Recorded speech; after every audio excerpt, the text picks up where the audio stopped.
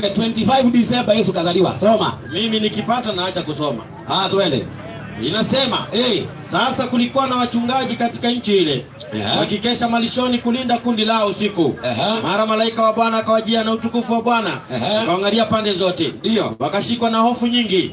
Malaika akawaambia, msihofu kwa maana ninawaletea habari njema ya furaha kubwa kwa watu wote. Maana leo katika mji wa Daudi amezaliwa Mwokozi, ndiye Kristo Bwana. Na hii ndio ishara kwenu. Utamkuta mtoto mchanga amezungushiwa kitambaa, amelala horini. Mara jeshi kubwa la mbinguni wakawa pamoja na malaika wakimsifu Mungu na kusema, utukufu kwa Mungu juu, na amani duniani kwa watu aliopendezwa nao. Mara malaika walipotoka warudi kwao mbinguni, wachungaji waliambiana, haya twende Bethlehemu tuyaone matukio aliyotujilisha Bwana. Wakaenda kwa haraka, wakamkuta Maria na Yosefu na mtoto mchanga amelala horini. Walipomwona walieleza habari walivyoambiwa juu ya mtoto huyu. Wote waliosikia wakastaajabia maneno hayo yote, akiyawaza moyoni mwake. Wachungaji wakarudi kwao wakimtukuza na kumsifu Mungu kwa yote waliyosikia na kuyaona, kuendana na walivyoambiwa.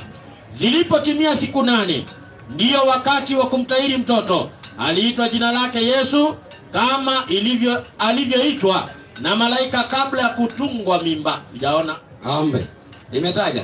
Na sasa Biblia inasema uongo, kwa maana hao wachungaji walienda siku na nyota ile. Iko hivi mzee, kuzaliwa Yesu alizaliwa, hatukatai.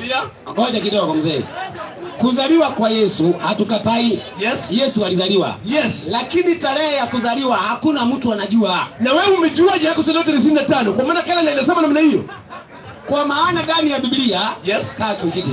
Kwa Biblia hakuna andiko hata moja inasema tarehe ya kuzaliwa kwa Yesu. Sasa yako ni gani tuchague? Yangu mpe huyo 29 Torati. Inasema yangu hiyo. Hata hiyo ndio yangu.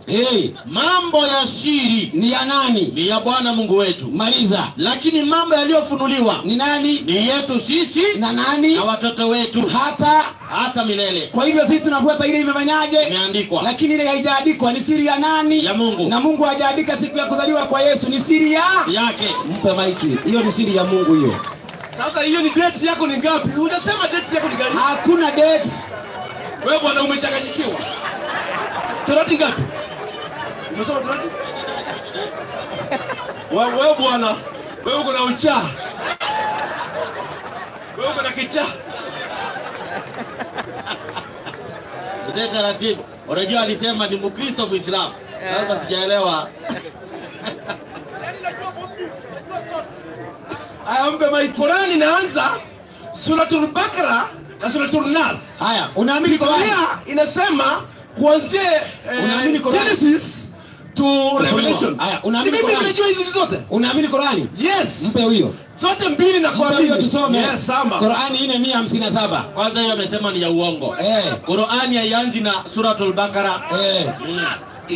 Qur'ani haianzi na Suratul Nas. Inaanza na Suratul Fatiha. Suratul Fatiha. Soma ile 157 au mzee tumutibu.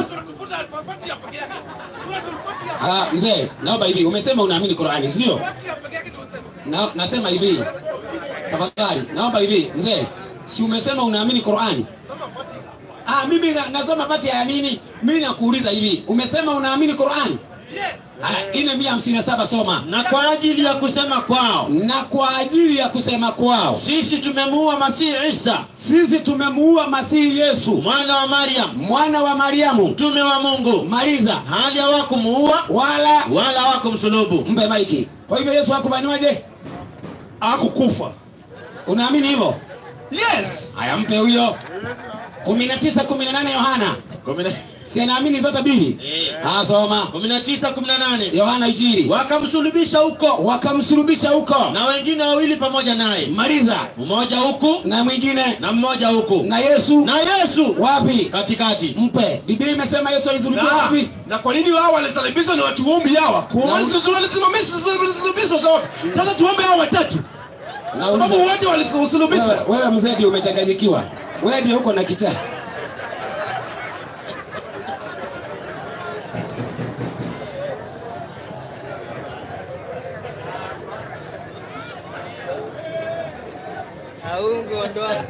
mzee. Hiyo ni kali. Ungemuondoa bwana. Ayambe huyo. Habari yako ndugu yangu? Mzuri sana. Mweli wa afya? Niko sawa salama. Mimi naitwa Francis Dasha. Wewe unaitwa nani? Dennis. Dennis. Dennis, mimi ni Mkristo. Na wewe? Mimi ni Mkristo. Wewe ni Mkristo Haya, swali yako? Swali? Niko na swali mbili. Wauliza. Ya kwanza, kwa Wakristo, wanafaa abudu Mungu ndani ya hekalu ama wana siku ya Sabato, ama wanahesabudu Mungu yani ama wafai abudu Mungu ndani ya hekalu? Unasema ndani ya hekalu, kama tunafaa kuabudu Mungu ndani ya hekalu? Ama si lazima. Huyo kwanza ni kuonyesha hekalu kwanza. 3:16 Wakorintho wa kwanza. Hiyo ndio hekalu. Kwanza ukishajua hekalu, lakini sasa hiyo hekalu wa Kiuganda sasa inaitwa church. Sasa kanisa ndio sasa watu wanaabudu, si hekalu. Sasa hii hekalu hamna. Sasa hekalu ni nini? Soma andiko. 3:16. Wakorintho wa kwanza. Hamjui ya kuwa ninyi mmekuwa hekalu la Mungu? Tumekuwa hekalu la nani? La Mungu. Mpe maiki. Sasa sisi ndio hekalu la Mungu.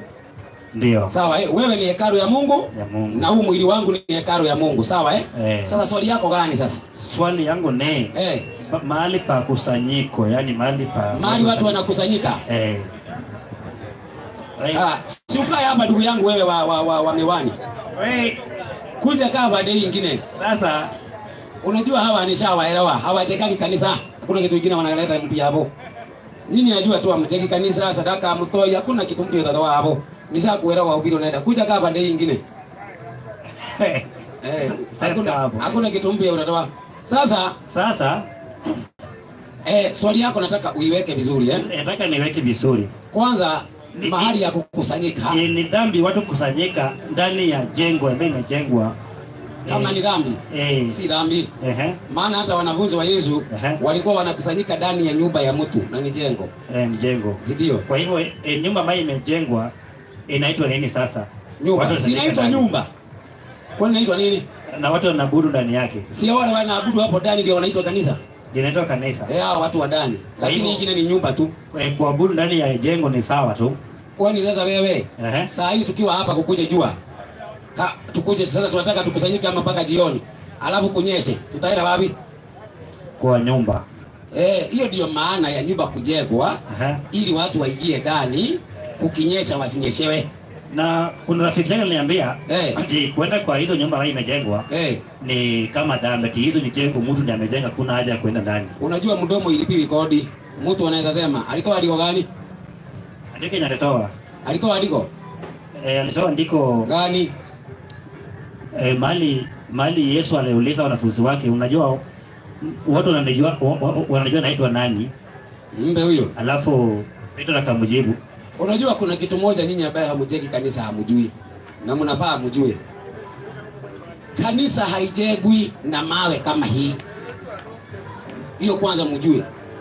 Kanisa ni kusanyiko la Kristo. Ili kusanyike chini ya mti ni kanisa. Ili kusanyike ndani ya nyumba ni kanisa. Sasa nyinyi mchague kukusanyika chini ya mti. Muamue kukusanyika juu ya kibada. Lakini hiyo kibada si kanisa. Nyinyi ambaye mmekusanyika ndio kanisa. Sasa Yesu anamwambia Petro, juu ya mwamba huu nitalijenga kanisa langu. Sasa hilo kanisa Yesu alijenga ni mawe gani alienda kutafuta Kwale? Si ni hao wanafunzi 12 ndio kanisa? Kwanza muelewe hivyo. Kanisa si bao, kanisa si mawe, kanisa ni watu. Sawa? Tushasoma hilo andiko. Huyu Muislamu. Naomba tupe huyu Muislamu kwanza, maana yeye si Mkristo kwanza. Si unamwamini Yesu? Hiyo ingine ni ile ya nyumbani hiyo. Lakini Muislamu akiwa hakuna haja ya kuruka huko. Mpe maiki Muislamu. Asalamu alaykum. Waalaikum salaam. Habari yenu? Mzuri kabisa. Habari ya umma nzima? Naona wako sawa, wako ngangari. Mwinue mikono kama mko ngangari. Tuko sawa kabisa. Maana yangu ni moja. Weka sauti. Na maanisha kwanza tulikuwa tukusalimie kwanza na ukasalimika. Mimi nikwambie jina langu Francis Dasha. Na lako? Ali Kasim. Ali Kasim. Bas, anaitwa Ali Kasim. Aya, Ali Kasim mko huru kuongea sasa. Na swali? Uliza. Swali hili kulingana na venye umeongea wewe, inatoka kwenye maandiko ya Petro. Maandiko ya Petro. Kweli? Haya, twende. Na maanisha ya kwamba, swali langu ni kwamba nini maana ya sauti, na sauti maana yake nini? Ati sauti? Kwa sababu nyinyi ni manabii mnayetuhubiria Injili ili tupate maono na kujua maana ya maandiko. Hilo ndio swali langu. Sauti. Sauti gani? Unauliza sauti gani? Si ni sauti inatoa tu, kwani kuna tafsiri nyingine zina sauti? Sauti ndio tangu Nuhu. Katika maandiko tangu Nuhu maana ya sauti ni ufunuo wa Mungu. Hilo ndio lilikuwa swali langu. Sasa ushajua ni ufunuo wa Mungu, si ndio? Ndio. Haya, sasa wewe. Jambo la pili. Naam. Nini maana ya hekalu? Hekalu. Mpe huyo. Na nini maana ya kanisa? Haya, mpe huyo nikufundishe. Wewe sasa naweza kukufundisha pole pole. 3:16 wa Korintho wa kwanza. Hekalu maana yake kwa saa hii gani? Alafu kanisa ni nini? 3:16. 3:16 wa Korintho wa kwanza. Inasema hamjui ya kuwa ninyi mmekuwa hekalu la Mungu. Ndio.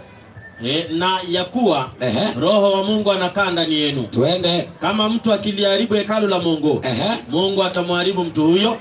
Kwa maana hekalu la Mungu ni takatifu, nalo ambalo ndilo ninyi. Mpe. Kwa hivyo hekalu ni takatifu, ukimwamini Yesu unakuwa mwili wako ni hekalu la Mungu. Hiyo ndiyo maana ya hekalu. Haya, sasa naenda kwa kanisa. Kanisa ni nini, si ndio? Mpe huyo. Wakolosai 4:15. Wakolosai 4:15. Kanisa maana yake nini?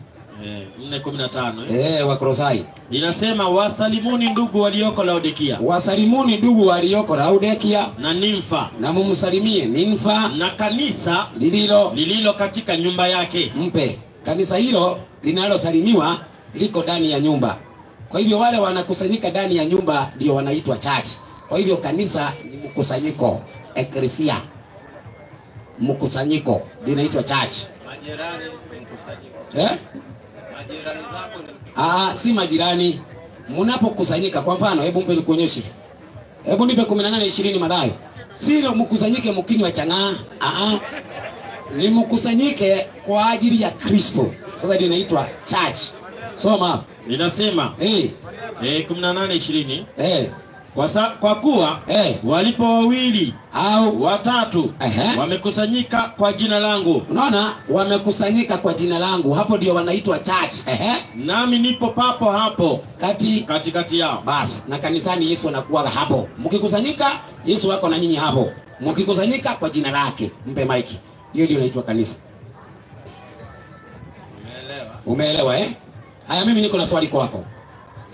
Kwa nini uliamua kuwa Muislamu? Umezaliwa nayo. Ninataka nikusaidie. Utakubali? Hapa nataka nitumie mfano. Hapa tuko na gari mbili. Hizi gari mbili tunahitaji tuende Nairobi. Na gari moja dereva hajui Nairobi. Na gari ya pili dereva anajua Nairobi. Wewe utapanda gari gani? Ya ile dereva hajui ama ile dereva anajua? Si njia itanionyesha kwamba naenda Nairobi. Wewe hata wewe hujui.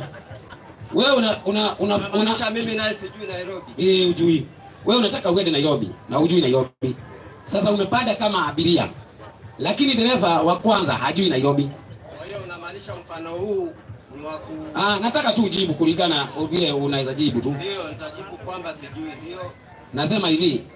Nimefika Nairobi. Sikiliza, ngoja. Hujaelewa swali. Sikiliza swali kwanza, alafu ndio ujibu. Yaani gari hii dereva hajui Nairobi. Lakini ile ya pili dereva anajua Nairobi. Na wewe ni abiria, utapanda gani? Kwenda Nairobi. Ili ambaye dereva anajua. Si ndio? Ndio. Haya, mpe huyo. Lakini nikitapofika pale sinajua mtaa naenda mimi. Haya, tupe basi. Hiyo gari itajua. Haya, tupe basi Mike Dasi. Sasa huyo Qur'ani 46:9. Sasa tuulize Muhammadi, wewe mtume Muhammadi, hapa kuna ndugu yetu ambaye amepanda gari yako. Utamfikisha ama haujui huko? Sema. Mimi si kiroja mpya katika mitume. Sasa mtume Muhammad anaongea sasa. Anasema mimi si kiroja mpya katika mitume, wala sijui nitakavyofanya mimi. Muhammad anasema yeye hajui vile atakavyofanywa wala mtakavyofanya nyinyi. Mpe. Sasa huyu ambaye ni kiongozi ambaye anaitwa Mtume Muhammad, anasema yeye hajui vile atakavyofanywa, na vile sisi tuko ndani yake kwa gari yake hajui tutafanywaje. Hapo ni kuna mtu wa kusaidia mwingine ama sisi zote tunatakikana kusaidiwa? Sinamaanisha abiria, kila abiria anajua anapokwenda Nairobi. Kwa hivyo wewe mtume wako na nyinyi na wewe hamjui kwenye mnae? Itakuwaje hatujui tunaenda na dereva? Mpe usikie. Dereva hajui. Si dereva ni Muhammad na amesema hajui. Sema. Sasa sikia, mtume anasema kuru, sema. Mimi si kiroja mpya katika mitume. Mimi Muhammad si kiroja mpya katika mitume. Wala sijui. Mimi mtume Muhammad sijui nitakavyofanya mimi. Hajui kama atapata uzima ama atakosa. Wala mtakavyofanya nyinyi. Hata nyinyi hajui kama mtapata ama mtakosa. Hamna garanti. Nyinyi mnajua mtapata ama mtakosa. Mpe huyo ni kuonyesha sisi 14. Hiyo ni kama kuuliza kama kwa polisi kuna tia gas. Msifadhaike mioyoni mwenu. Msifadhaike, usiende hapo. Usiende kaa tu. Msifadhaike mioyoni mwenu. Maliza. Mnamwamini Mungu. Niaminini na mimi. Maliza. Nyumbani mwa baba yangu mna makao mengi. Kama sivyo ningaliwaambia. Twende. Maana naenda kuandalia mahali. Basi mimi nikienda na kuandalia mahali. Maliza. Nitakuja tena niwakaribishe kwangu. Ili nilipo mimi nanyi mwepo. Mpe. Sasa Yesu anasema garanti. Nimeenda kuandaa. Nikimaliza nitakuja niwachukue twende. Kwa maana mahali niko nataka mkue hapo. Naye Muhammad anasema mimi sijui kama tutapata ama tutakosa. Wewe utapata gari gani hao wawili? Utapata ya Yesu ama ya Muhammad? Ya Muhammad. Haya, mpe niulize Muhammad. Muhammad, hii gari yako nani alikupa? Chukua baruani. Inasema. Sasa nauliza Muhammad, hii gari yako Muhammad nani alikupa? Maana yule amekupa gari ndiye atakwambia kwenye gari yake nenda. 297 Qur'ani. Inasemaje? Sema. Mtume Muhammad waambie. Anataka kuona ni hapa. Hapo. Sema. Aliyekuwa yule ambaye alikuwa ni adui wa Jibrili. Jibrili anaitwa Gabrieli, malaika. Yaani yule alikuwa adui wa Gabrieli. Basi huyo ndiye aliyeteremsha Qur'ani. Kwa hivyo Muhammad anasema hii Qur'ani hii mwenye alinipea ni adui wa malaika. Mpe maiki. Sasa huyo adui wa malaika aliyepea Muhammad Qur'ani ni nani? Maana Mungu si adui. Ni nani huyo? Si mimi nasoma, mimi siongezi na wewe usiongeze. Mpe msomaji asome. Mpe msomaji asome. Ila sioni kama una uhakika. Hapana, si uangalie. Kwa sababu Yesu na Muhammad wote ni mitume. Hata mimi sikatai. Muhammad ni mtume lakini wa uongo. Yesu ni mtume lakini wa kweli. Sasa ili tujue Muhammad kama ni mtume, ngoja kidogo. Ali, naomba kidogo tu unipe, nitakupa nafasi ya kuongea. Ninapokuwa ninasema kitu kama Mkristo, ninahitajika kudhibitisha kwa hoja. Nisiseme tu kwa kama kukuonea. Sasa mpe huyu asome hilo andiko, uniambie kama ni andiko ama ni mimi nimesema. Mpe. 297 soma. Sema. Muhammad anaambiwa na mwenye amempa Qur'ani. Sema. Aliyekuwa ni adui wa Jibril. Yule ambaye ni adui wa malaika. Basi huyo adui wa malaika ndiye aliyeiteremsha Qur'ani. Kwa hivyo hiyo Qur'ani hiyo ya Muhammad. Ama hiyo Qur'ani si ni ya Muhammad. Sasa Muhammad anasema hii Qur'ani mwenye alinipea ni adui wa malaika. Mpe. Sasa kwa sababu wewe ndio naamini hiyo Qur'ani. Qur'ani ilishushwa. Na mwenye alishusha ni adui wa nani? Mwenyezi Mungu alishusha. Mwenyezi Mungu ni adui? Si adui. Na hapo inasema nani alizungumzia? Wote mitume wawili. Usitumie akili. Situmie akili. Hilo andiko limesema sema aliyekuwa ni adui wa Gabrieli, huyo ndiye aliyeteremsha Qur'ani. Sasa kati yako na Qur'ani nani anadanganya? Kwa maana Qur'ani inasema adui ndiye mwenyewe. Wewe unasema ni Mungu. Sasa kati ya wewe na Qur'ani nani muongo? Chagua moja. Ndio maana nimeuliza kwamba mitume hawa ni wawili, kuna Yesu na Muhammad. Unajua Muhammad, kwanza kitu ya kwanza sisi tumemtia shaka, na shaka ya kwanza ndio hiyo ya yeye kusema hii Qur'an nimepewa na adui. Kama angesema hii Qur'an nikapewa na Mungu, tungekubali. Kipengele changu kimeishia pale. Kimeishia hapo. Sasa mimi nataka niulize Muhammad. Nataka nijue. Sasa mimi na mimi nikakusaidia. Maana sitaki upotee. Wewe una habari ya kwamba kwa msikiti kuna majini? Una habari? Habari hiyo. Haya, mpe nikuonyeshe. 72:1 Qur'ani. Alafu kuna vitabu ziko hapa. 72:1. Nibadilianie hapa. Inasema hivi. Inaitwa Suratul Jin. Ndio. Yaani ni ya majini tu ndio wanaongea hapa. Hapa kuna vitu ambaye kwa msikiti utawahi sikia ndugu yangu. Ndio unaona huyu ndugu huyu amekuwa mwalimu wa madarasa huyu. Alikuwa analipwa 18,000 kila mwezi. Watoto wote wa Isiolo walikuwa wanafundishwa na huyu. Baada ya kuelewa kweli, ametoka Uislamu kabisa abadan. Sasa ni Mkristo. Sasa na wewe sitaki utumie ushabiki. Maana hizi ni vitabu vya Uislamu. Utakapokubali hizo vitabu vya Uislamu, ukikataa hizo wewe si Muislamu. Haya, 72:1 Qur'an. Sema, mtume anasema, anaambiwa sema, imefunuliwa kwangu ya kuwa kundi moja la majini. Anasema alifunuliwa kundi moja la majini lilisikia Qur'ani. Kwanza kundi hilo la majini lilisikia Qur'ani. Si Biblia. Si Biblia, Likasemaje? Hakika tumesikia Qur'ani ya ajabu. Yaani majini wakasikia Qur'ani wakasema tumesikia Qur'ani ya ajabu. Inaongoza katika uongofu. Na sisi kwa hivyo tumeiamini. Kumbe majini wakaamini Qur'ani. Sasa ukiulizwa kitabu ya majini ni Qur'ani, hujakosea. Kwa sababu wameamini Qur'ani. Sasa tuwaulize, mlifanyaje mlipoamini Qur'ani? Aya 14. Nasi majini sasa wanasema sisi majini wamo miongoni mwetu waliosilimu. Basi kwa hiyo majini wakasilimu. Ukisikia kusilimu ni kutamka shahada. Unatamka shahada, unasilimu, unakuwa muslim. Kwa hivyo majini wakasilimu wakawa Waislamu. Mpe maiki. Sasa majini hawa walikuwa Waislamu, wakisikia adhana wanaenda kusali wapi? Msikitini. Kwa hivyo msikitini kule mkimaliza kusali, na uniambie kama ni uongo, huwa mnatoa salamu pande hii na mnatoa salamu pande hii. Kweli urongo? Si ni kweli? Asalamu alaykum wa rahmatullah. Asalamu alaykum wa rahmatullah. Si mnatoa salamu pande hii na pande hii? Mnasalimia nani? Munasalimia jini. Hapa kuna jini na kuwaga hapa na ingine hapa. Hatuna maana ya jini. Sasa wewe ndio hujui. Hiyo ni imani. Nasema hivi, unajua ukitaka imani ndugu yangu soma. Usikubali tu kwa sababu ya kuzaliwa. Sema ya kwamba mimi ni Muislamu kwa sababu ya ukweli huu. Lakini ukisema mimi ni Muislamu kwa sababu nimezaliwa, ndugu yangu utapotezwa na wewe hujui. Una habari. Kwa hivyo sasa wewe una habari. Kwa sababu pengine hizi vitabu tunasoma hata hujasoma. Unaona? Lakini kubali kwa sababu hatujaandika. Na kwa kweli mimi nikakuuliza kama nimedanganya niambie wewe umedanganya. Ni kweli mnasalimia pande hii na pande hii?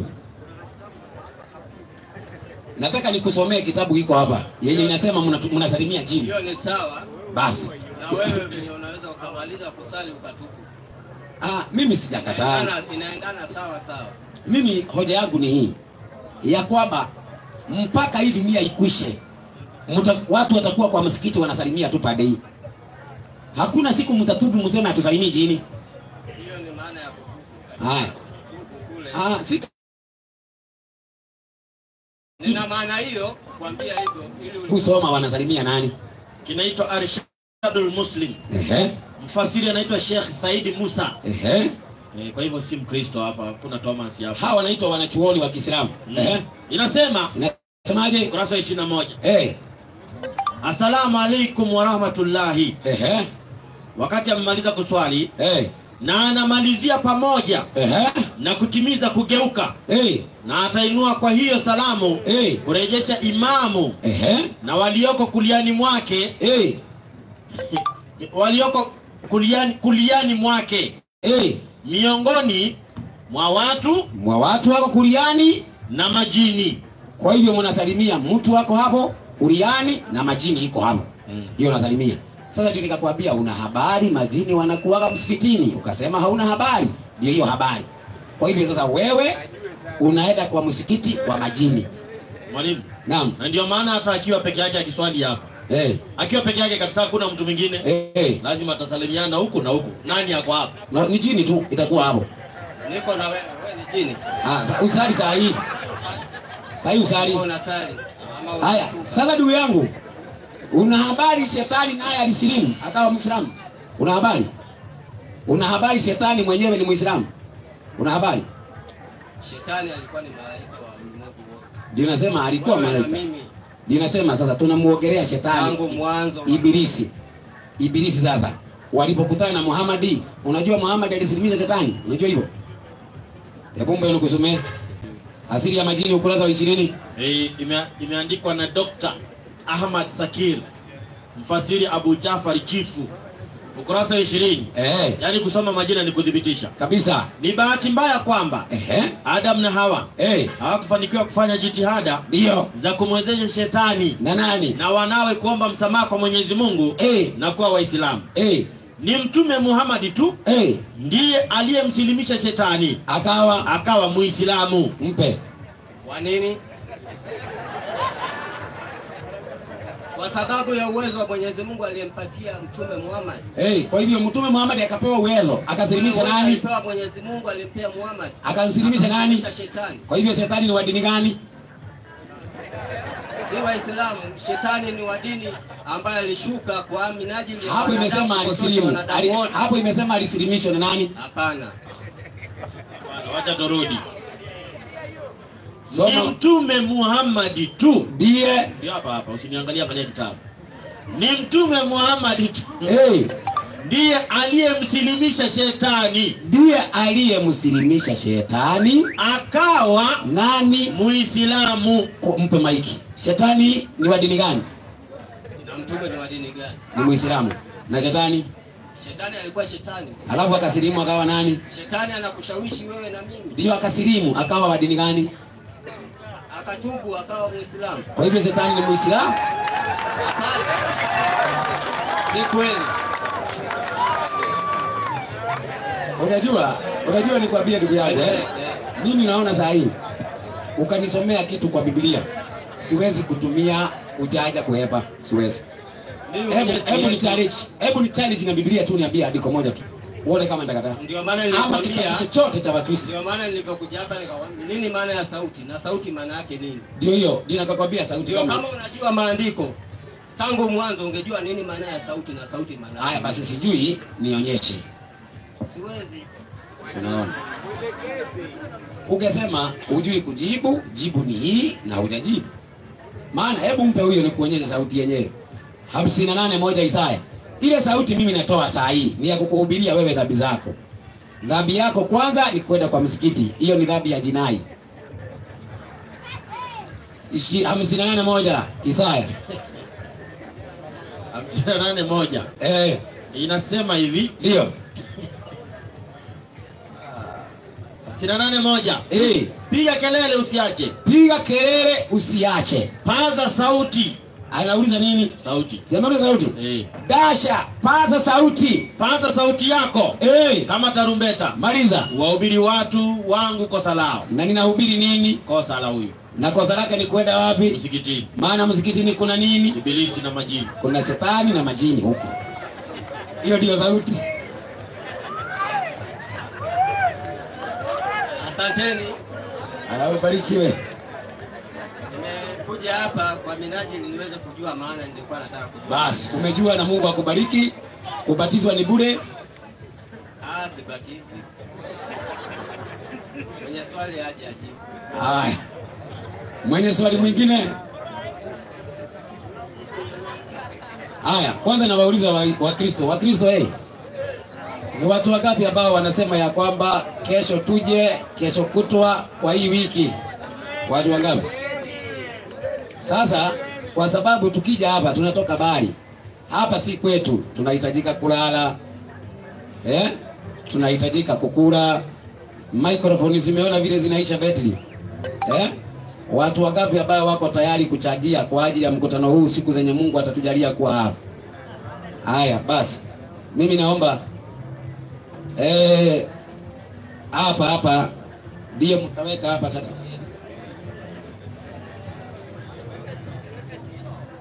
Hii kazi haiwezi fanyika bila pesa, ndugu zangu. Lazima kuwe na gharama, na wale ambaye wanatakiwa wagharamie wanakula pesa zote, wanaweka kwa tumbo. Wanaweka kwa tumbo na hawahubiri. Wanaweka kwa tumbo tu na wanakaa. Alafu wanasema wanahubiri. Sasa watu wa Mungu watahubiri, na wale ambao watahubiri hata watu hawawajui ya kwamba ni wa Mungu. Ndugu zangu, ndio tuweze kukuja kesho mahali tunalala huko majengo huko. Alafu tutakuwa tunaendelea hapa kwa hizi siku kadhaa ambazo Mungu atatujalia, tutakuwa tunakuja hapa. Haya, kama kuna mtu mwingine mwenye swali akaribie. Sadaka yako ambayo unaweka hapo itakuwa inatumika kama mhubiri. Ninaposhika microphone hivi na wewe umeweka sadaka hapo ya kueneza ujumbe huu, utakapofika mbinguni utapata watu kama hawa waliingia na unaambiwa uliwahubiria. Unashangaa ulishika microphone wapi? Unaambiwa kwa ile sadaka ulitoa pale Kisumu ndio ilisababisha hawa watu wakaokolewa. Lakini watu wengine ambao hawaelewi kile kinaendelea wataona kama pesa tunatafuta hapo. Kwa kweli hapa tunaweza kutafuta pesa zenye tunaweza kweli kusema tutajirika kweli? Kama ningekuwa mimi saa hii ninataka kutajirika na hii Biblia, ndugu zangu hapa Kisumu sitamaliza miezi 4 bila kwenda na Range Rover hapa. Nitatumia hii Biblia na niwadanganye na nimlete pesa kama akina Kanyari. Ama nitashindwa kufanya kama Kanyari? Si nitatumia tu, nitatafuta hizo vitu zao za kuangusha. Nitafuta vivete vya kujifanya na nikuja hapa niseme zimetembea. Kwani uoli amehubiri miaka ngapi? Si saa hii ni tajiri mkubwa. Si hapa na wafuasi. Wanampelekea pesa kila mahali, akipanga mkutano wanapeleka huko pesa. Saa hii ile nyumba anakaa ni ya milioni kadhaa. Na ameanza tu juzi. Lakini hii ya kweli hii Mungu anaijalia tu hawa watu ambao unaona, na hata hawahesabiwi kana kwamba ni watu wa Mungu. Hawa ndio watafanya kazi hii ya Mungu. Haya, mpe huyo. Haya, sawa ndugu yangu. Sasa naona tuendelee na ile swali yako. Sasa swali yangu ulisajibu. Yes. Swali lingine kwa hiyo swali. Ndio. Matendo ya Mitume 3.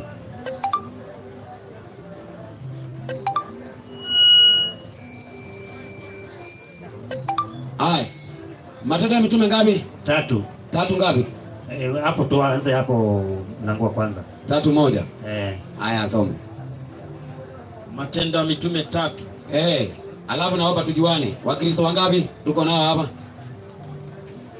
Aha, tushushe. Waislamu wangapi tuko nao hapa? Waislamu Wako hapa wewe. Muislamu wewe? Hebu kuja kusalimia ndugu yangu. Wewe Muislamu? Wewe Muislamu? Muislamu. Waislamu wangapi? Dada anaweza kukusalimia? Naomba nikusalimie tu. Dadangu. Hebu karibia hapa nikusalimie. Karibia tu. Kuja tu. Kuja dadangu.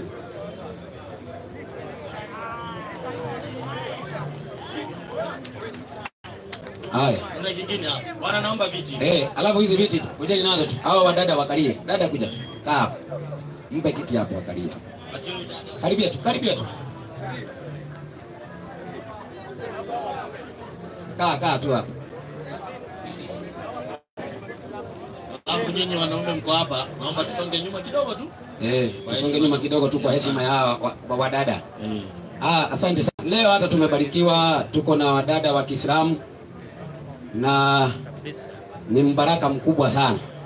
Hebu nianze na huyu dada wa kwanza huyu ambaye nimemuita wa kwanza. Hebu mpe maiki. Dada yangu, habari yako? Muheri wa afya. Mimi naitwa Francis Dasha. Nimetoka mji wa Nairobi. Na wewe unaitwa nani? Unaitwa Salim. Salima Muhammad. Kabisa wewe ni Muislamu. Si ndio? Asante sana. Hebu mpe huyo mwingine. Habari dada yangu. Asalamu alaykum. Mimi naitwa Francis Dasha, nimetoka mji wa Nairobi. Na wewe unaitwa nani? Nani? Hawa Muhammad. Adam, mke wa Adam. Haya, mpe huyo mwingine. Dadangu, asalamu alaykum. Alaykum salam. Mimi naitwa Francis Dasha. Wewe unaitwa nani? Husna. Asante sana. Haya, mpe huyo mwingine. Habari dada yangu. Habari nzuri sana. Asalamu alaykum. Alaykum salam. Mimi naitwa Francis Dasha. Wewe unaitwa nani? Naitwa Leila Muhammad. Leila Muhammad. Haya. Naomba umkabidhi dada wa kwanza huyu microphone. Sasa dadangu, kwanza tuko na imani mbili ambazo kidogo hatujaelewana, ambazo kitu kingine bado ndio matatizo. Tuko na hizo vichache tu. Mama usitoke. Wewe kaa tu hapa. Yeye atasaidiwa tu viti na wengine hapa. Sasa dada yangu, kwa ajili ya kuchambua na kusoma na kukosa kulala, kwa ajili ya kutafuta ukweli wa Mungu, tumebahatika tukajua vitu kadhaa ndani ya Qur'an ambazo tukiomba kama mngetukubalia tumkubalie tuseme, alafu tukisema nyinyi wenyewe ndio mtabaki na kuamua muone kama tumetumia ujaja ama tumesema kweli. Uko tayari ni kuonyesha kitu kama hiyo?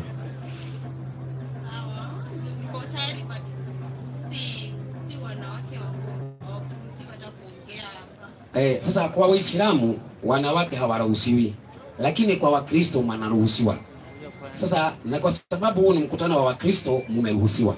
Kama ungekuwa ni wa Kiislamu hamungeruhusiwa.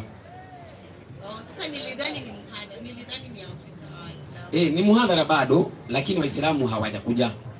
Sasa kwa sababu hawajakuja na huu muhadhara ni wa Kikristo, sisi tunawatambua na ndio tukawapea nafasi. Kama ni Waislamu hawangewapea. Sasa shida iko hapa. Hii sasa inakana mzungumze mwalimu na mwalimu, ama ndio sisi wanawake Waislamu haturuhusiwi hata kuongea.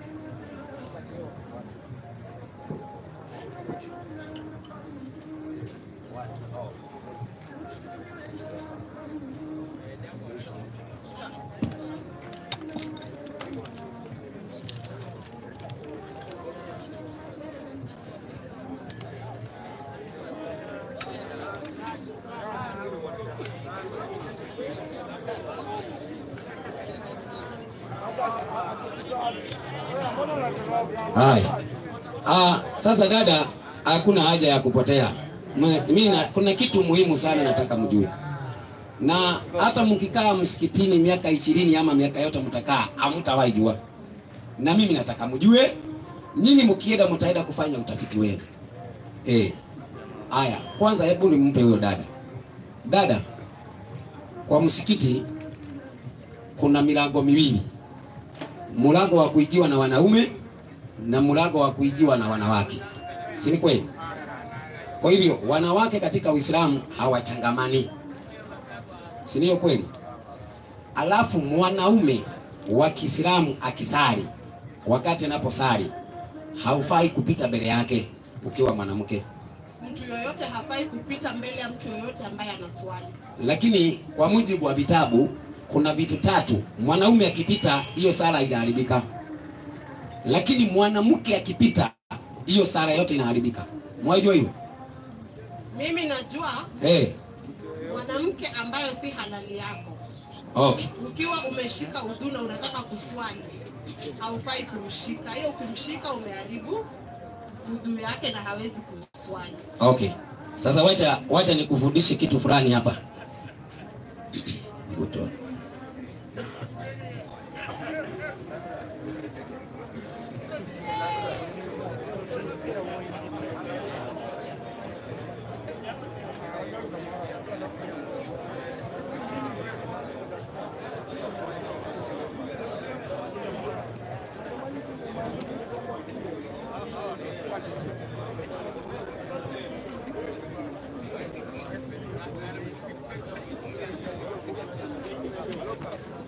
Haya. Sasa mimi ninataka nitumie vitabu. Maana kuna mambo ambayo yanasemwa na watu na kuna maneno ambayo yameandikwa kwenye vitabu. Kwanza, Qur'ani haitoshi kuwafundisha Waislamu imani yao. Ndio naona Qur'ani nasema, hebu soma Qur'ani 42:10 kwanza. Qur'ani inafundisha vitabu kadhaa zenye zinaweza zikakusaidia wewe kama muumini wa Kiislamu. 42:10. Na mkitilafiana katika jambo lolote, rejeleeni kitabu cha Mwenyezi Mungu na hadithi za mtume. Naona, kwa hivyo kuna kitabu cha Mwenyezi Mungu Qur'ani vile wanavyodai, na kuna hadithi za mtume. Sasa hadithi za mtume ndizo zinaelezea mambo yanayohusiana na wanawake msikitini. Sana sana si Qur'ani. Sasa hadithi ya mtume, hebu tuisome. Hebu wenda katika hiyo hadithi, ndugu yangu Kasina. Inaitwa Bulughul Marami.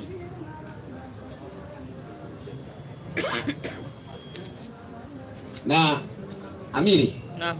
naomba ukaribie pale uisome hiyo hadithi kwa Kiarabu Haya. Inasema hivi. Saidiwa na mwingine kushika simu. Inasemaje? Abu Dhar amesimulia, mtume amesema swala ya mtu Muislamu. Umesikia? Swala ya mtu Muislamu inakatwa na vitu hivi inapokuwa mbele yake. Hakuna kitu mfano wa mwisho wa mnyama katika unene. Ndio. Mwanamke anakata sala. Punda inakata sala. Na mbwa mweusi anakata sala. Punda, mbwa mweusi na mwanamke. Sasa hiyo ndio kweli ya Uislamu. Zikapita hizo vitu vitatu mbele, mbwa mweusi, punda na mwanamke, hiyo sala imekatika. Sasa wacha huyo asome kwa Kiarabu. Haya, soma kwa Kiarabu. Ana Abi Dharri qala Rasulullah sallallahu alaihi wasallam yaqta'u salatul mar'i muslim idh lam yakun bayna yadayhi mithla muakhiratu ar-rajul ma'arratayn wa hiran wal khalb aswad al-hadid wa fihi khalb aswad ash-shaytan ukhrijuhu muslim wa lahu ana abi hurairatan nahudahu kalimata wa lahu bihi daudu wa nasai. Basi kwa hivyo hiyo andiko limesomwa vizuri kwa Kiswahili na likasomwa kwa Kiarabu, zimeigiana. Kwa hivyo mimi kwa usomi wangu wa vitabu ambazo nimesoma za Kiislamu, kama kuna mtu ambaye naomba Mungu anijalie niweze kuzungumza naye mwanamke wa Kiislamu, kwa sababu mwanamke wa Kiislamu amewekwa katika hali na vitu tatu zenye ambazo sisi wa Kristo hatuwezi kufananisha mtu na kitu kama hiyo. Ati nikufananishe na punda, nikufananishe na mbwa mweusi, ati kwa sababu wewe ni mwanamke. Kaa pale kwa kiti. Haya, sasa nyinyi wanawake mnaweza mkatoka sasa. Amekuja kidume wa kunusuru. Labda tuwasindikize na andiko moja mwalimu. Wagalatia 3:28. Naomba wasikize tu. Wanawake sikilizeni hapo. Sasa kama mungeingia katika dini ya Kikristo, sasa sikia ile hali ambayo Mungu wetu angewaweka. Maana ninyi nyote mliobatizwa katika Kristo mmemvaa Kristo. Maliza. Hapana Myahudi. Maliza. Wala Myunani. Twende. Hapana mtumwa wala huru. Hapana mtu mume wala mtu mke. Maliza. Maana ninyi nyote mmekuwa mmoja katika Kristo Yesu. Yani katika Ukristo ukija hautafananisha na punda wala mbwa mweusi. Tunakuwa zote kitu moja katika Kristo Yesu. Haya, mpe huyu kidume. Ndugu yangu jambo. Rudisha ile mali ya sala. Ngoja kidogo. Nakusalimia kwanza, tukujue jina lako, ndio tuende kwa sala. Habari yako? Tumia microphone. Habari yako? Niko salama. Mimi naitwa Francis Dasha. Na wewe? Abdul Jabbar. Hilo jina kali nalo hilo. Hilo Jabbar. Hatari sana. Nikienda kwa Biblia litakuwa kitu kingine. Sasa mimi ni Mkristo, wewe Muislamu, si ndio? Haya, swali yako ni gani? Unataka tuende katika ile hadithi ya sala? Hiyo hadithi ya sala sio sahihi. Sio sahihi. Leta hadithi kutoka sahihi Muslim. Kwani hiyo ni sahihi? Hiyo imetoka kwa nini? Kwa kitabu gani hiyo? Nasema nauliza hivi. Hiyo hadithi imesomwa. Imetoka imenukuliwa kwa sahihi Buhari. Leta sahihi Muslim kama uko nayo. Kwani hadithi sahihi ni gani na gani? Sahihi Muslim ni sahihi zaidi. Kuna kuwaga sahihi Muslim na sahihi Buhari. Hizo ndio zinaitwa hadithi sahihi. Na sasa hawa wenye kuandika hizi vitabu wanachukua hadithi kutoka kwa sahihi Muslim wanaweka hapo. Sasa ikisomwa hiyo hadithi ukiteremka chini itakwambia ameitoa wapi. Tuko pamoja eh? Kuna watu wamesoma dini ya Kiislamu wakatengeneza vitabu. Sasa wakaandika vitu zao ndani. Sasa unajua nini ndugu yangu? Usije ukajibicha kwenye shamba la jugu na mgogo inaonekana. Unajua hizi vitabu zote tuko na risiti. Na hatujanunua barabarani. Tumenunua kwa maduka makubwa yenye kukubalika na Uislamu. Kwa sababu hatuwezi tukatumia kitabu tukadai ni ya Waislamu na si ya Waislamu, tutakosana na Waislamu. Na tutaki. Hii gonia vile unaona hii gonia hii. Na hiyo ingine hiyo. Hizo zote ni vitabu za Waislamu, hakuna yetu. Na zote hapo unaona hakuna yenye hatuna risiti. Na zote zinanunuliwa kwa duka ya Waislamu. Unaona? Kwanza Nairobi unajua isiri. Kuna mahali kunaitwa 9 Street. Sawa eh? Hapo kuna vitabu zote zinauzwa hapo. Huyu naye ako Mombasa. Muulize nanunua wapi? Kwa hivyo hakuna kitabu ambaye hakijakubalika na Uislamu. Labda wewe unataka kutetea urongo. Hiyo kitabu ni ya Waislamu. Sijatetea urongo. Mimi nakwambia ulete hadithi ya sahihi Muslim sasa kama hiyo si hadithi ya sahihi Muslim, wewe leta. Maana hiyo si sahihi Muslim, lete. Sasa nikulete kwa mdomo. Afadhali nikulete kitabu sijajitayarisha. Kiko wapi? Niko bila nimepita sijajitayarisha. Nimeona tu hujajitayarisha. Haya, basi. Sasa tufanye hivi. Kwa sababu hadithi hatuna. Lakini tuko na Qur'ani. Qur'ani utajitayarisha? Wewe leta aya yote yenye kujitayari na. Okay. Unaamini Qur'ani? Naamini ya. Ni kitabu cha nani? Ya Mwenyezi Mungu. Haya, mpe huyo. Chukua baruani. Sasa hapo sasa awache kieleweke sasa. Baruani. Sasa hiyo hakuna hadithi ya tiliende kakua. Anataka kuiona kwanza. Ndio hiyo mpe. Isiwe kwamba nimeandikwa na watu. Lakini imeandikwa na watu tu hivyo. Maana zote zimeandikwa na watu. Kwanza hakunaga Qur'ani ya Mungu. Qur'ani zote ziko hii dunia ni za watu. Hii ni ya Baruani. Hii ni ya Farisi. Hii ni ya Farisi. Hii ni ya Mayunga. Hii hapa. Haya, iko sawa? Unauliza swali. Leta ya Farisi.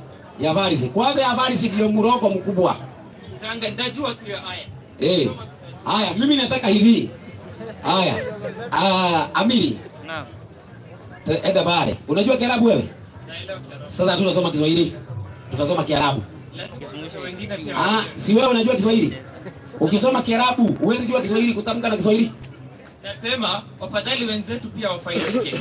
Haya, soma baruani. Inasema kama unataka Kiswahili, yule ambaye hapigi chenga kwenye Kiarabu ni huyo. Na huyu ni mwalimu wa huyo Farisi. Huyo haweki mabano sijui nini.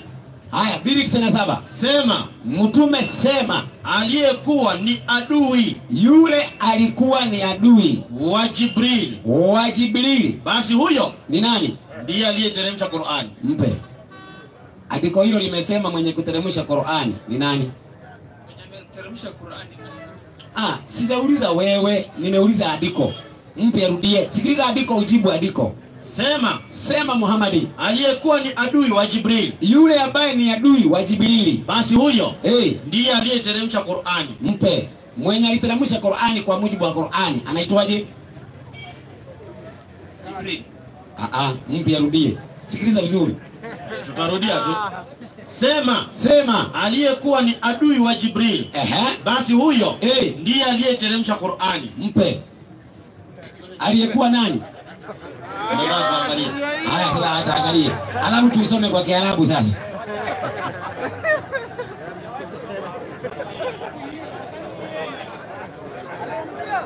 Wanasema Waswahili wanasema kitumbua kimeingia mchanga.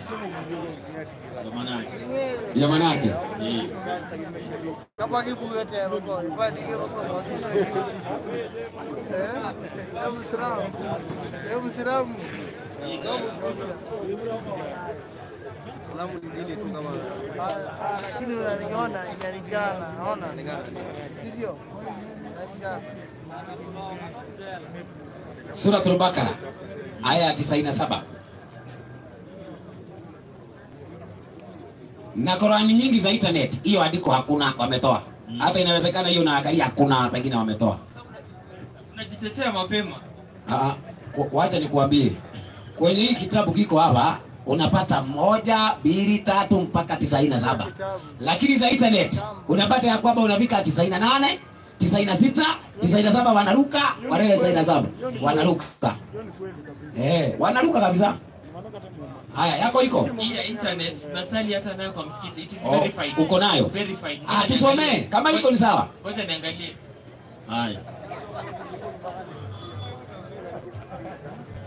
Haya, mimi nagoja. Bwana wewe, tunaenda kufunga mwaka mpya bwana. Ile bakia ni chache bwana. Chuki. Ya sababu sasa ndio kasema sana.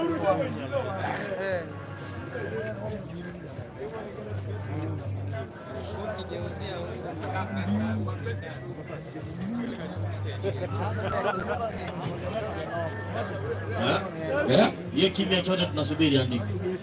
Ndugu yangu, ama tukusaidie kutafuta tena kwa hiyo simu. Nasoma. Tunarudia tena. Maana ni ile tu. Ile tu ndio mara 3. Ni ile tu. Haitapiduka. Lazima peke hapo. Umepata? Nipe dakika moja peke yake. Hapo hapo yani mimi naangalia sina jicho. Anataka digest. Mwingine swali. Digest. Alafu amini hapa ukue ngangari. Ikija kwa Kiarabu hapo ni mara hiyo. Maana haitapiduka. Haya. Yaani nataka niwaambie kuwa Muislamu ni kama kuanguka na gari saa gani, ni kama kupata ajali. Angalia, nilikuwa nasema tutafutie tarehe nyingine mzuri. Tujadiliane vizuri, nikuje kama tuko loaded. Kwani ni wapi? Mimi nakaa Kisumu. Unakaa Kisumu? Lazima leo ni siku gani? Leo ni Tuesday. Tutatoka hapa Monday. Uko tayari kuanzia kesho kutafuta walimu hata kama wanatoka Mombasa wakuje? Walimu wako wengi. Watakuja. Sisi tunataka uhakikishie hawa watu. Nilikuwa nasema wewe pia lazima utafute walimu kwa sababu kazi itakuwa mzito. Sisi vile unaona hapa tuko walimu hapa. Mko set. Tuko set. Sasa nyinyi ndio hamuna walimu. Sasa wewe tuambie hivi. Walimu wako lakini tunatafuta tarehe, lazima tukutane wote kama tuko set. Unataka tarehe gani? Tarehe sasa wewe ukitomoka hivi itakutoa hapo. Communication ya. Tuta organize. Yeah. Haya. Peana namba ya simu hapo wakazina. Amiri chukua namba yake ya simu huyu jamaa. Wewe uchomoki lazima utabatizwa mara hii. Kama unafikiria walimu watakunusuru, utapata ya kwamba watakuja kule Nyundo. Maana andiko limepatikana, imekuwa tu set date. Sasa asiamelisoma hapo ndani. Akaona halina maana nyingine ni ile tu. Akasema tu set date.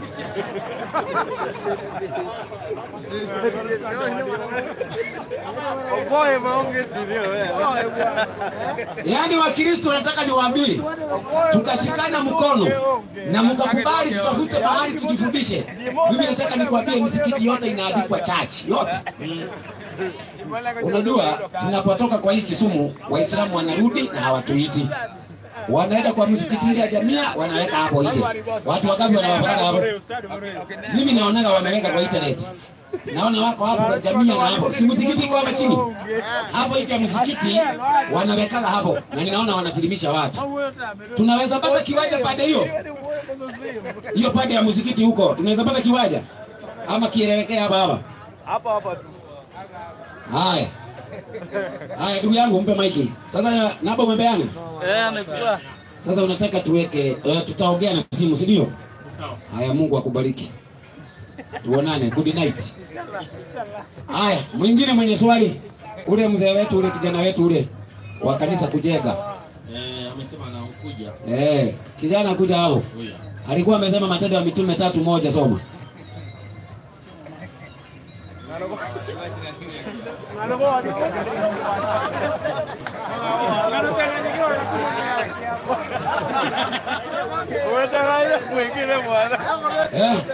Umechanganyikiwa bwana. Ama nikusaidie. Hebu mtamaiki. Ndugu yangu, ama nikusaidie. Mimi naomba sasa nikusaidie tu kabisa. Uko tayari? Hai. Kwanza hii kitabu ambacho kinaitwa Qur'ani, Mungu hakijui. Lakini hiyo tutaiweka, tutajadili walimu wako wakija. Sasa saa hii mimi nataka sinamuelewa Mtume Muhammad. Kwa saa hii tunaongea, ako hai ama amekufa? Amefariki. Amefariki Huwa mnamsalia mtume ama hamswali? Mnamsalia, si ndio? Maana ya kumsalia si ni kumuombea? Ni kumuombea. Sasa mnamuombea akiwa amekufa afanye nini? Tunamwombea kwa faida yetu sisi wenyewe. Sisi tunamwombea yeye Mungu amsaidie. For our own benefit. Ni faida yenu. Faida yetu. Haya, sasa yeye vile amekufa hapo. Ni nani atakaye mhukumu? Mwenyezi Mungu. Andiko. Siku kwa Qur'an. Mimi nataka sasa nikupe kwa sahihi Buhari. Mwenye atamhukumu ni Yesu. Yesu atamhukumu. Muhammad. Hata wewe. Nikupe. Ulirudisha kitabu chake?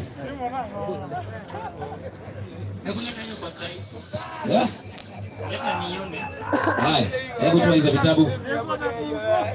Yesu ndiye mhukumu wa watu wote, Waislamu kwa Wakristo wote. Yesu ndiye atawahukumu.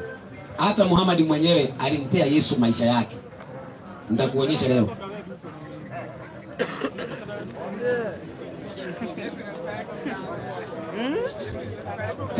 Kwa hivyo Wakristo tuko na kazi kubwa ya kuwahubiria Waislamu. Unajua Wakristo wengi wanaweka tu makrusedi makubwa, lakini Waislamu hawahudhurii. Njia ya kuwahubiria Waislamu ni hii. Unaona hii njia hii? Hii njia itawasaidia Waislamu wengi, na wacha tu wengi, hata wale ambao wanasikiliza tu huko pembeni, hata hawasemi, wanaenda huko wanaokoka na hata hatuna habari. Haya, soma ukurasa wa 95. Inaitwa Alulu wal Majani. Kwanza soma imekusanya hadithi ngapi hapo? Nilikuwa nasema, umesoma Uislamu vizuri. Mimi? Si ndio? Kuna masect, kuna Ahmadiyya, kuna hizo watu wengine wame kuna Ahmadiyya, kuna Sunni, kuna Shia. Sasa watu wamedivert. Iko wengine si Waislamu kabisa, lakini watu wakiwaona wanafikiria ni Waislamu. Wewe ni Shia ama ni Sunni? Mimi ni Sunni, lakini basi hii ni ya Sunni hii. Hii ni ya Sunni ndugu yangu. Hapana, hii ngoja kidogo. Ngoja kidogo. Hata iko basi ya Sunni. Wacha nikutolee uhepi.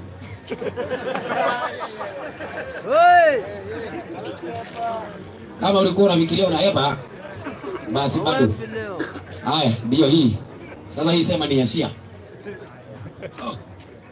Haya, shika hii. Hiyo niambie ni gani? Sema hiyo ni ya Shia.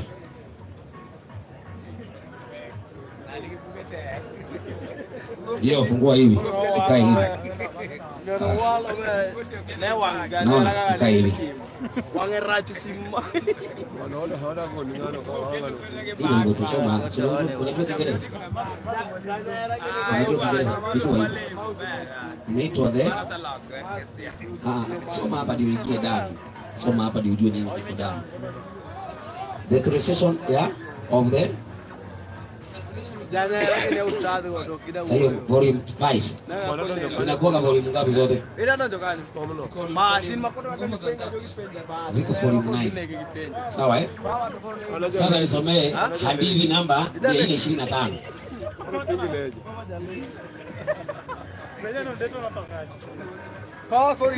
Juzu ya 3. Soma kwa juzu ya 3. Juzu ya 3. Hii ni juzu ya 5. Nataka hii juzu ya 3. Hiyo. Haya, juzu ya 3 hadithi ya 425.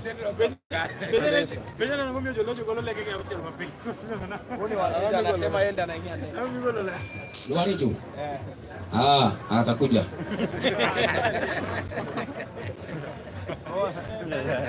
Angalia. Naam. Kitu hapo inajipanga vizuri. Wacha ndakuja na mail.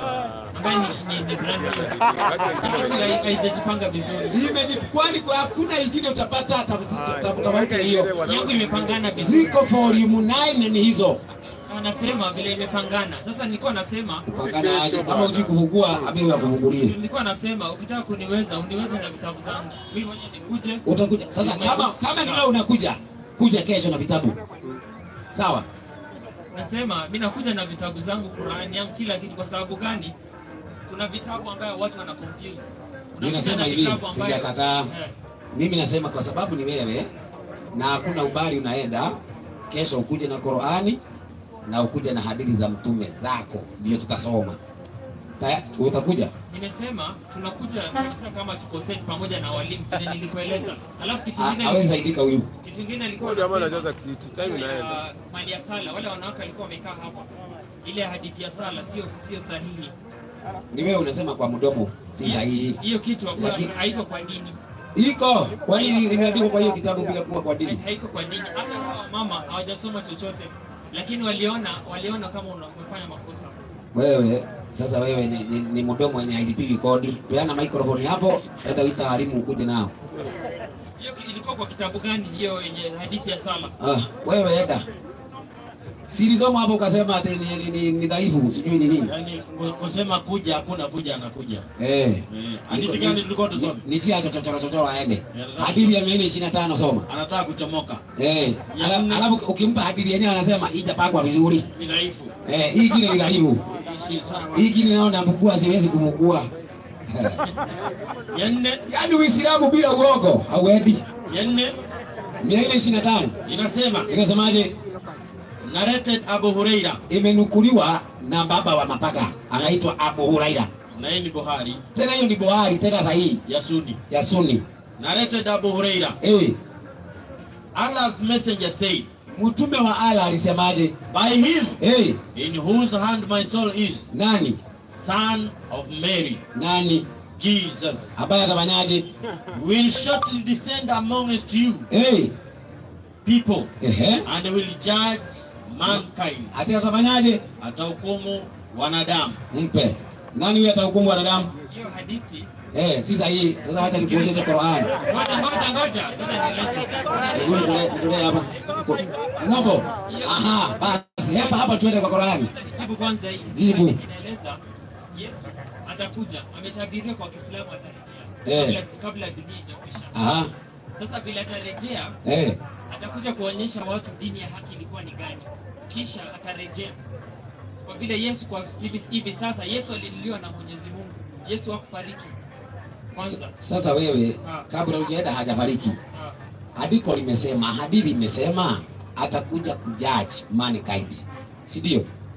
Kati ya wewe na hadithi nani muogo? Nilikuwa nasema kuna hiyo. Tusome Qur'ani. Mupe tusome Qur'ani. Sasa kwanza muonyeshe Qur'ani yenyewe. Hiyo Qur'ani iko sawa? Inaitwa Noble Qur'an.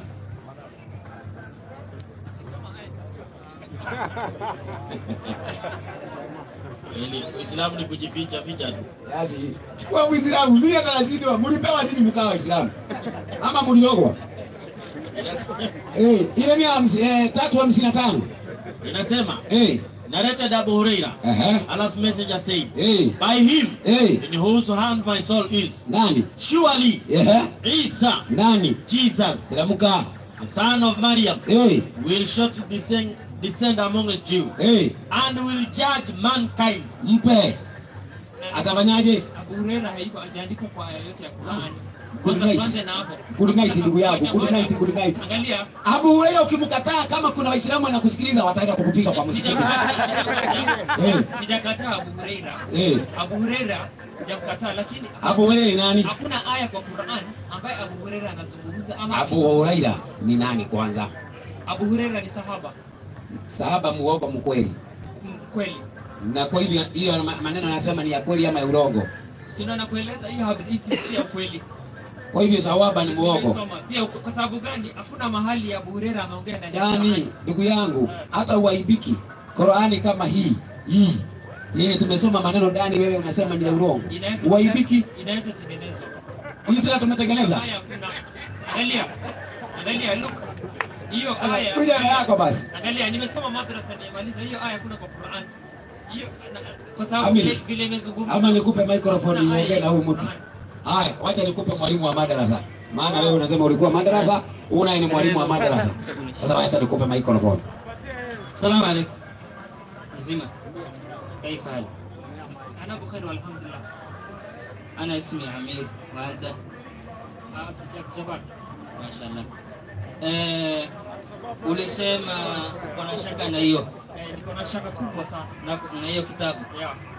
Kwa hivyo si usaidie kusoma kwa Kiarabu tutafsiri pamoja. Kabla tujaendelea. Naam. Hii maneno ya Abu Huraira iko kwa Qur'an. Kwa hivyo unafahamu Abu Huraira kivipi? Abu Huraira namfahamu kama sahaba mkubwa. Wewe ulisoma madrasa mpaka faslun nini? Faslun Rabi. Kwa hivyo unaona hujafikia elimu ya Abu Huraira. Sijafikia elimu yake lakini kwa hivyo huna hakika kama ametajwa. Hayuko kwa Qur'an. Nimesoma Qur'an, nimeijua. Hayuko ndani. Unajua kwamba Abu Huraira mtume alimsifu katika Qur'an kwa sababu ulimalizia faslun Rabi. Hiyo bado nakataa. Hiyo bado unakataa. Tafadhali useme kitu kingine. Rafiki yangu, hakuna mahali Abu Huraira ameandikwa. Hapo ndio nimetia shaka kabisa. Ndio maana kwa hivyo hiyo Qur'an imetengenezwa. Afadhali ndakuja na kitabu yangu. Hiyo nimekataa sasa. Gani hiyo? Nimetia shaka. Kitabu tu yangu mwenyewe naamini. Kwa hivyo ulitunga kitabu? Sijatunga yani. Kitabu ambaye ni genuine kabisa. Gani hiyo? Kitabu zote tunajua. Kitabu yote ndani ya msikiti. Taalimu Qur'an. Qur'an yote hata Qur'an. Qur'ani na taalima ziambatani. Qur'ani taalimu. Utakuja na vitabu gani? Kama ni Qur'ani inaitwaje? Qur'ani yoyote haijalishi. Kwa hivyo hii sio hiyo msikiti. Hii Qur'ani nakueleza. Naam. Kuna Qur'ani ilitolewa. Kuna nyingine ilishushwa. Ilichapishwa. Ilichapishwa tena. Na watu walikuwa wanataka kupoteza watu mpaka wakaleta suratul Janna. Suratul Janna. You are aware of that. Hiyo endelea tu. Hiyo usijifanye hujui kwa sababu unaelewa. Nitakushika, endelea. Sasa nilikuwa naeleza hiyo maneno ya Abu Huraira nakataa kabisa. Sasa vile nimeona hata nimekuwa alert kwa sababu gani? Tunaweza kuwa hapo hivi tunabishana the whole day na hatuna genuine nini. Enyewe fanya hivi. Kuja na hiyo Qur'ani yako ambayo kwamba nadhani yako imeishia faslun Rabi. Sawa? Na Abu Huraira amesifiwa kuliko watu nini wasahaba wote. Upo? Hiyo nakubali. Sawa? Na kama Abu Huraira unapingana nako haiko katika Qur'ani. Sawa? Wewe kuja nayo kitabu yako na lakini si kwa Qur'ani, kwa taalimu. Upo? Kwa nini tena iko taalimu? Kwa sababu umepinga, maana tuisome unajua Kiarabu tumalize. Haya.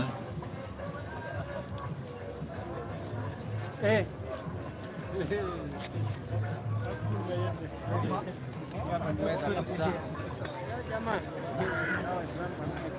nimekaa nao Mombasa bwana. Wasindi hawa. Wasindi.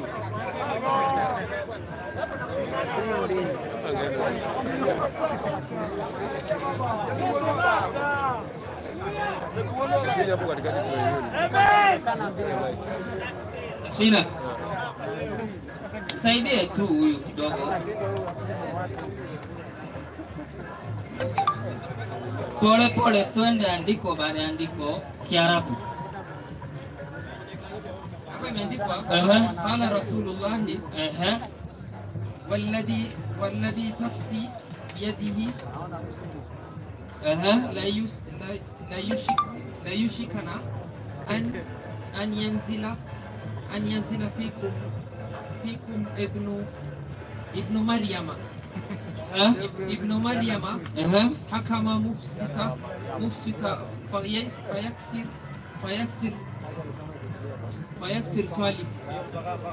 فيكسر صالبا.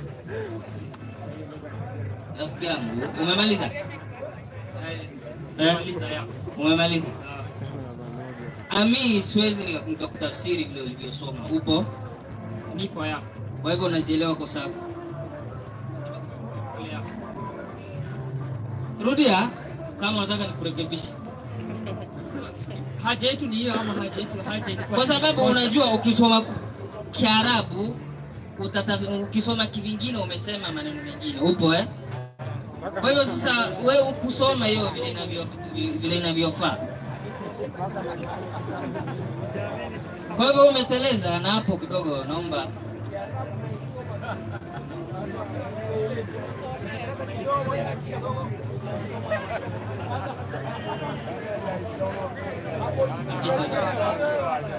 rafiki yangu, wacha nisome kwa Kiswahili watu waelewe. Ninaona hapa kitu. Unajua mimi nimewekwa hapa nisome Kiarabu. Haijalishi.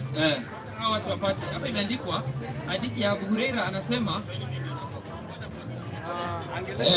unaikubali kwanza ndio usome. Ulikuwa umeikataa? Ngoja. Sasa umeikubali kwanza. Soma. Nasoma. Yeye pia anaweza angalia. Nimpa ruhusa. Anaweza angalia. Tuende. Soma Kiswahili. Ngoja. Hawa watu wamesimama hapa. Wana haja na Kiarabu ama wana haja? Ni Kiswahili. Soma. Ngoja, ama wako na haja na kuelimika. Sawa. Hapa imeandikwa hadithi ya Abu Huraira amesema mtume wa Allah, na hapa kwa ambaye nafsi yangu iko mkononi mwake, karibu atateremka kati yenu mwana wa Mariamu. Anaitwa mwana wa Mariamu.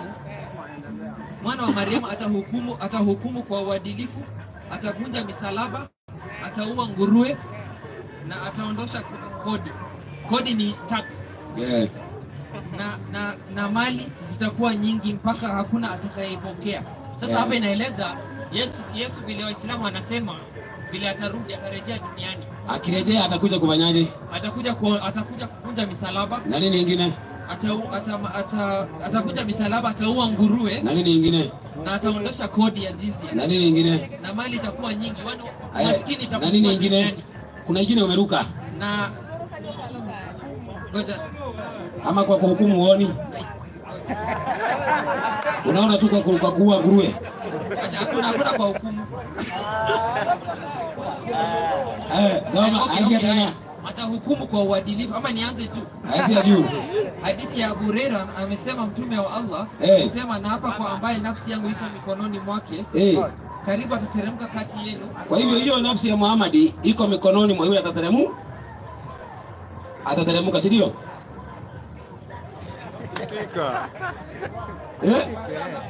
Tena umekuwa kigugumisi hapo. Mwalimu, chukua ua lejo. Lejo mgani hiyo? Chukua ua lejo huyo. Watu nakwambia ni matatizo. Sasa ukisikia tu ati nafsi ya Muhammad itakuwa kwa yule mwenye atateremka kwa kuwa kigugumisi. Huko kwingine ulikuwa unaongea. Sasa hapo umenyamaza. Kwa nini umenyamaza? Unafikiria mmerama nini? Soma. Sasa ni kweli Yesu anateremka, sijapinga. Alafu hiyo sijapinga. Tuendelee. Akiteremka. Akiteremka sasa atakuja misalaba. Wewe. Unaona ujanja hii watu. Soma hapa bwana, soma. Soma. Atahukumu kwa uadilifu imeandikwa hapa. Kwa hivyo atahukumu kwa uadilifu? Hii haimaanishi hukumu kwa uadilifu, haimaanishi atahukumu nani? Atahukumu watu. Wewe ni mtu? Mimi pia ni mtu yako. Utahukumiwa na nani? Atahukumu haimaanishi, acha nikueleze hapa. Haijamaanisha sasa jaji. Kwani kuhukumu na Kiingereza ni? Hapa hukumu. Kuhukumu na Kiingereza inaitwaje? Hapa ile hadithi sahihi imeandikwa Isa ama maana Yesu ataleta uadilifu. Yesu hana uwezo wa kuhukumu kwa sababu gani? Yesu ni binadamu. Na Yesu wala sio mwana wa Mungu. Haya, basi kuja kesho na vitabu zako. Utakuja? Sasa unakabia. Sogeni nyuma. Hata tunataka sasa tumalizie sasa. Sogeni nyuma bwana.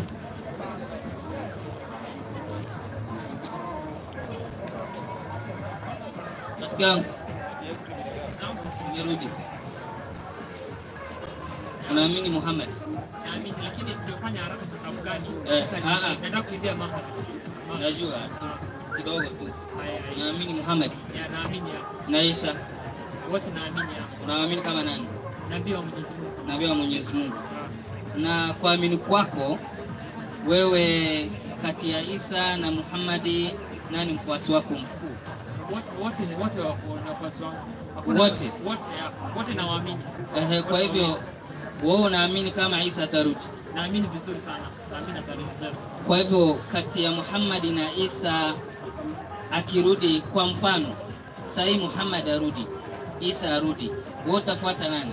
Si wote ni nabii wa Mungu. Hakuna tofauti. Wote ni nabii wa Mungu. Ukienda kwa Muhammad ni hali moja. Ni hali moja. Yeah. Sawa. Na kuamini kwako ama kwa vitabu, kati kwa Biblia ama Qur'ani, kati Isa na Muhammad nani anarudi? Isa ndo anarudi. Isa ndo anarudi. Kwa hivyo wewe Isa akirudi utamfuata? Isa akirudi namfuata. Utakatai namfuata. Utamfuata. Yeah. Kwa hivyo saa hii huwezi kumfuata. Inamaanisha sikiza hata nikueleze. Isa ni nabii wa Mwenyezi Mungu, wote ni mtume. Ngoja nikueleze. Isa na kwa sababu gani kwa sababu Muhammad arudi.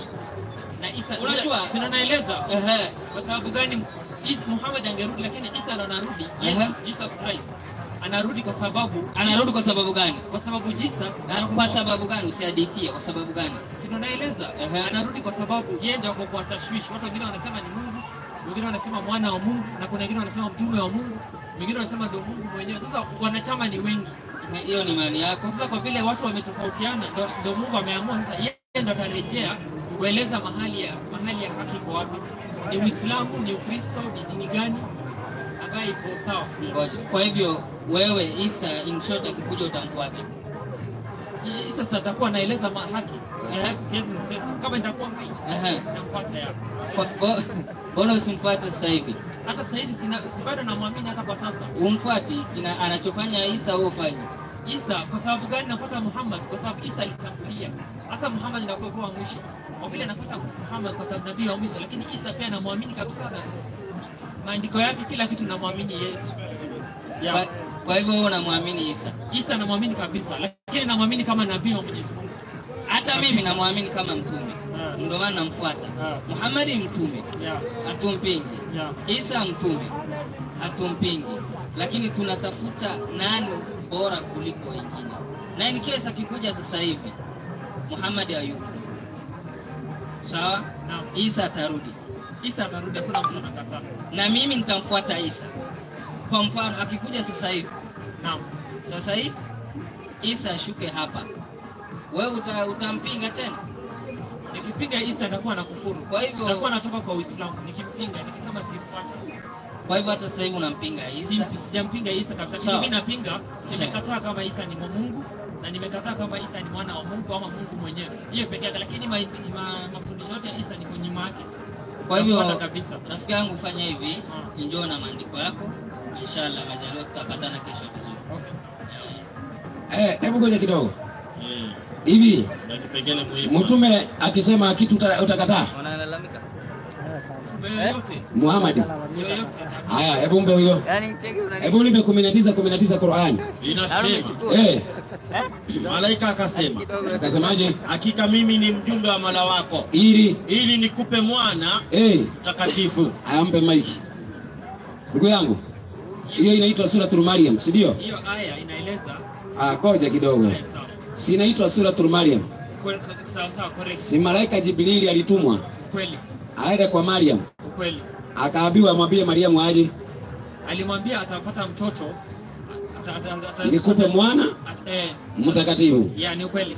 Huyo malaika alitumwa na nani? Alitumwa na Mwenyezi Mungu. Inaitwa Holy Spirit. Ati Holy Spirit. Malaika ni Holy Spirit. Si Holy Spirit.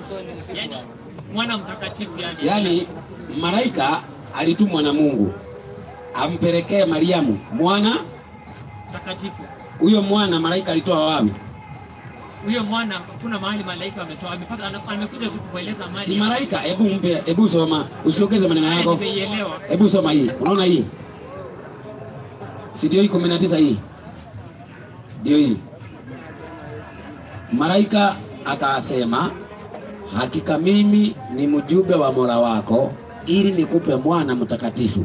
Si hivyo imesema? Ndivyo yako. Imesema malaika ametumwa na nani? Na Mungu, Mwenyezi Mungu. Ampe Mariamu mtoto mtakatifu. Huyo mtoto malaika alitoa wapi? Hakuna mahali ametoa. Hajatumwa na Mungu. Ametoka kwa Mungu ya. Kwa hivyo huyo mtoto ametolewa wapi? Kwa Mungu. Kwa hivyo huyo mtoto ni wa nani? Ni wa Mungu ya.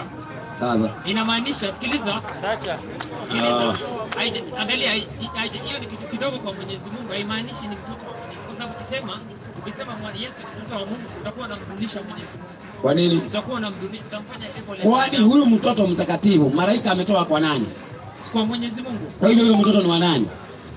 Hiyo sio nakueleza. Hii maneno ya Yesu kuzaliwa bila baba ndio imeleta hii, haimaanishi ndio nakueleza. Huyu Mariamu alizaa mtoto bila mwanaume, yani hakuolewa. Lakini sasa kwa vile hapo vile iko sawa. Huyo mtoto ndiye aingie kwenye tumbo ya Mariamu. Yeah. Alitolewa wapi? Kwa Mwenyezi Mungu. Kwa hivyo huyo mtoto ni wa nani? Kwa Mwenyezi Mungu. Kuna aya ya Qur'ani inasema haimaanishi hata wewe pia hiyo ni literal meaning. Sasa wewe ukisema haimaanishi. Mimi sijazaliwa kama Yesu. Wala wewe hujazaliwa kama Yesu. Yesu amezaliwa bila nani? Bila baba. Si ndio? Ni ukweli. Lakini malaika ametoka akasema nimetoka na mtoto kwa Mungu, nimetumwa nikuletee. Kama huyo mtoto angepotezwa na malaika, malaika angekuwa amepoteza mwana wa Mungu ama mwana wa Mariamu? Atakuwa amepoteza mwana wa Mariamu.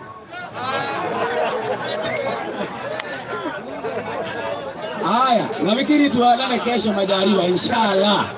Kwa sababu gani? Huyo ni mwana wa Mariamu. Kwa sababu gani? Hata kwa watoto ambao wamezaliwa bila baba. Unaelewa? Hata hapa duniani kuna watoto wamezaliwa bila baba. Haya, kesho tuonane. Ndio naeleza. Haya, sasa Wakristo, Bwana Yesu asifiwe.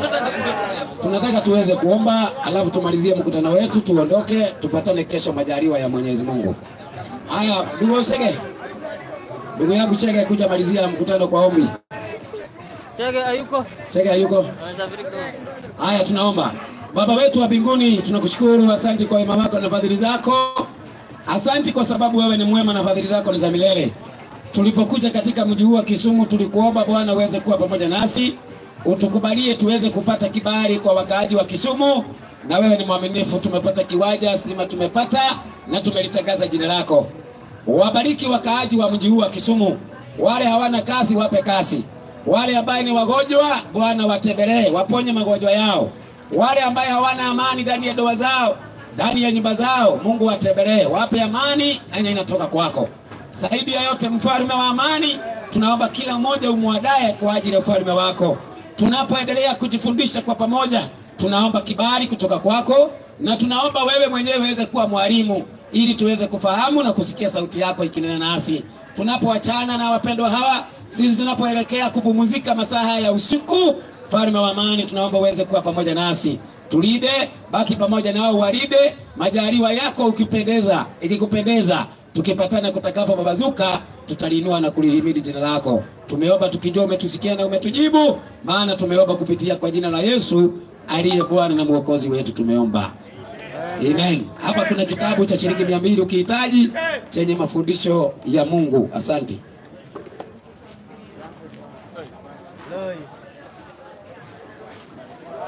Waislamu